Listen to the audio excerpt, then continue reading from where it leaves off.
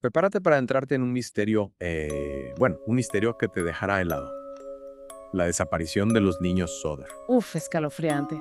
En esta ocasión, nos vamos a sumergir en los archivos, Ajá. en los testimonios, los informes policiales para intentar comprender qué sucedió aquella Nochebuena de 1945 en Fayetteville, Virginia Occidental.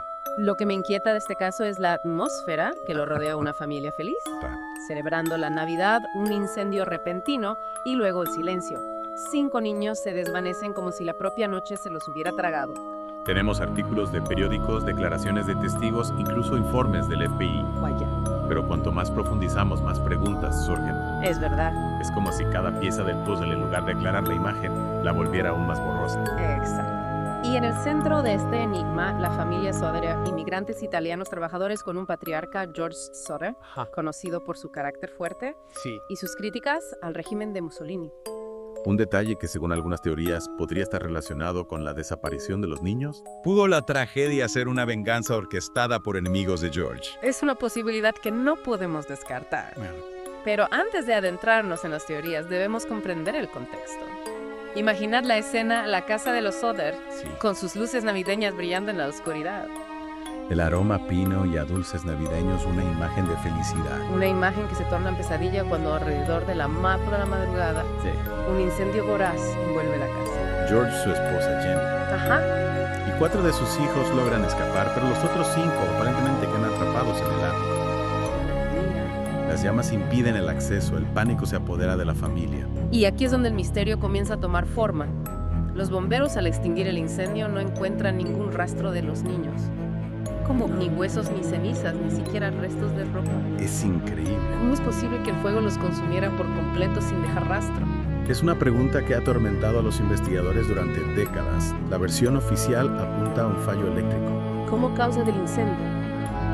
Pero los Soder nunca aceptaron esta explicación. Demasiadas cosas no encajaban. Por ejemplo, las luces del árbol de Navidad, que según Jenny seguían encendidas durante el incendio, ¿En serio? cuando la lógica dicta que deberían haberse apagado con el cortocircuito. ¿Es verdad? O la escalera que utilizaban para acceder al ático que desapareció durante el incendio y fue encontrada días después a cierta distancia de la casa. Curioso.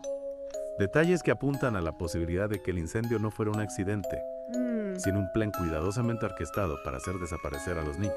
Vaya. Y las sospechas se intensificaron aún más cuando al remover los escombros encontraron un objeto extraño de color verde oscuro que parecía una granada de mano. ¿Podría ser la explosión que Jenny escuchó antes del incendio? Una explosión que, según los Soder, nadie más pareció percibir. ¿Y si el fuego fue intencionado? Claro. ¿Quién querría hacerles daño? Ahí radica el quid de la cuestión. Una de las líneas de investigación apunta a la mafia. George, recordemos, era un crítico abierto del régimen de Mussolini. Sí. Y algunos sugieren que pudo haber tenido roces con la mafia italiana en Estados Unidos. Pero si se tratara de un secuestro, ¿por qué no hubo una petición de rescate?